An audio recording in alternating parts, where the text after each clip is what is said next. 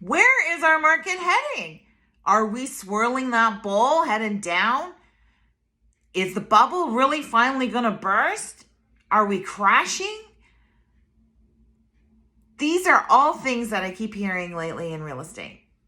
So I wanted to let everyone know that there's some very, very, very important information that you really need to know about this current market. And that is that we are constantly being given information that really isn't overly, I want to say accurate, but that's not the word, because it is accurate information, but it's not applicable. That's the word I'm looking for. Not applicable.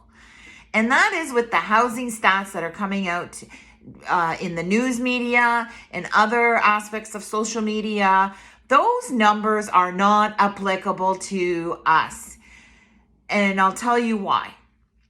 The reason why they're not applicable is that they're giving us just in a broad category, a broad generalization. For example, CREA, the Canadian Real Estate Association, just released some statistics for us from what's currently happening in the market now versus a comparison to last year at the same time.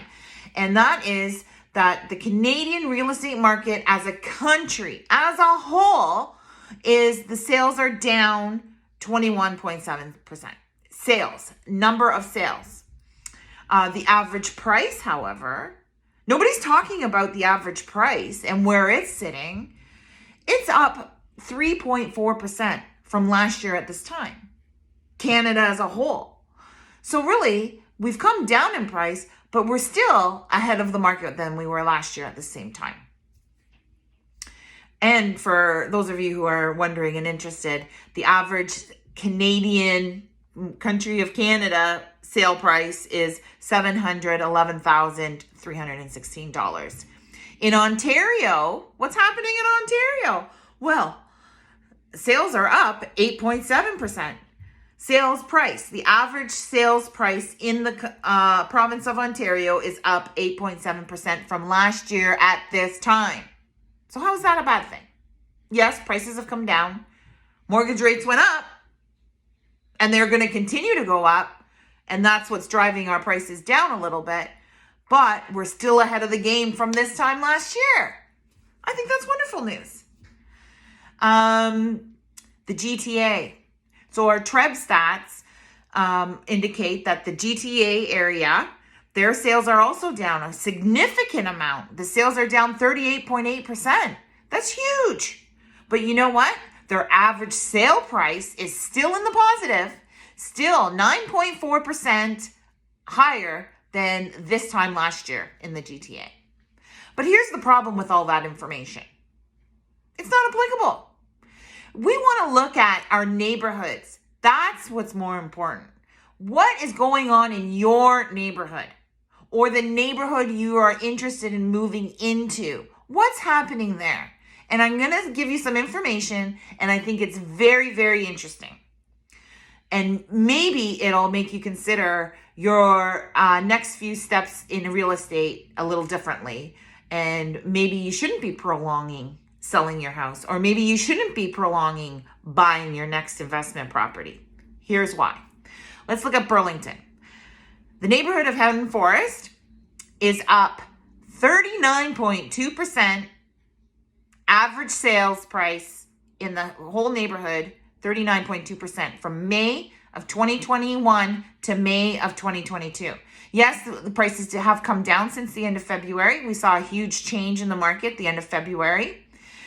The detached homes in Haddon Forest are still up 25.6% in May of 2022 versus May of 2021. And condo apartments are doing even better than the houses in Haddon Forest, and they're up 31.8%.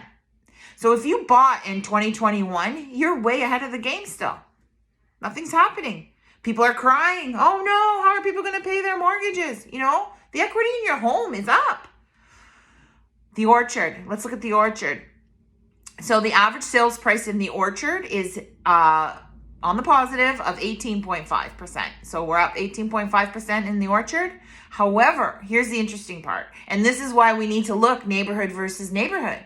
Remember, Haddon Forest as a whole was up 39%, and the Orchard's only up 18%. But here's where it even gets to be crazier, is that the detached homes in the Orchard are only up 1.7%. So this is why you need to do some investigations and understand the different values in the different neighborhoods, not the different cities, not the different areas, not the country as a whole, but where you're living or where you're interested in moving to next. That is the important key factor. So the Orchard townhomes are up 15.3% since last year, year over year comparison.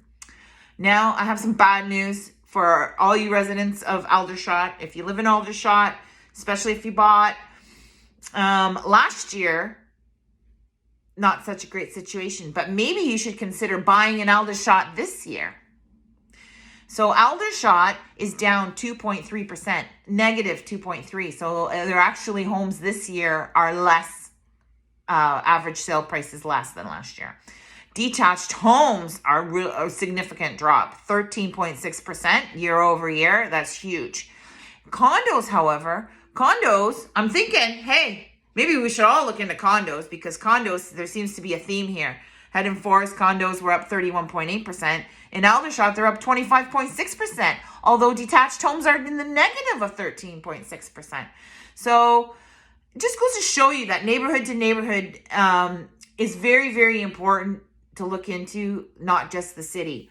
I also wanted to give you some stats on Stony Creek. Now, Stony Creek, I have them written down here, is interesting as well. So Stony Creek, their average price is 8.9% higher this year in May than it was last year in May.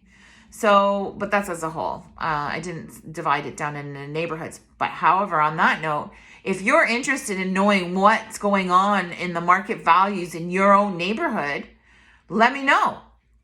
Shoot me a comment down below in the comments, or contact me directly. I'm happy to, provide some information for you. I'm happy to help you and make any decisions you may need to make and move forward.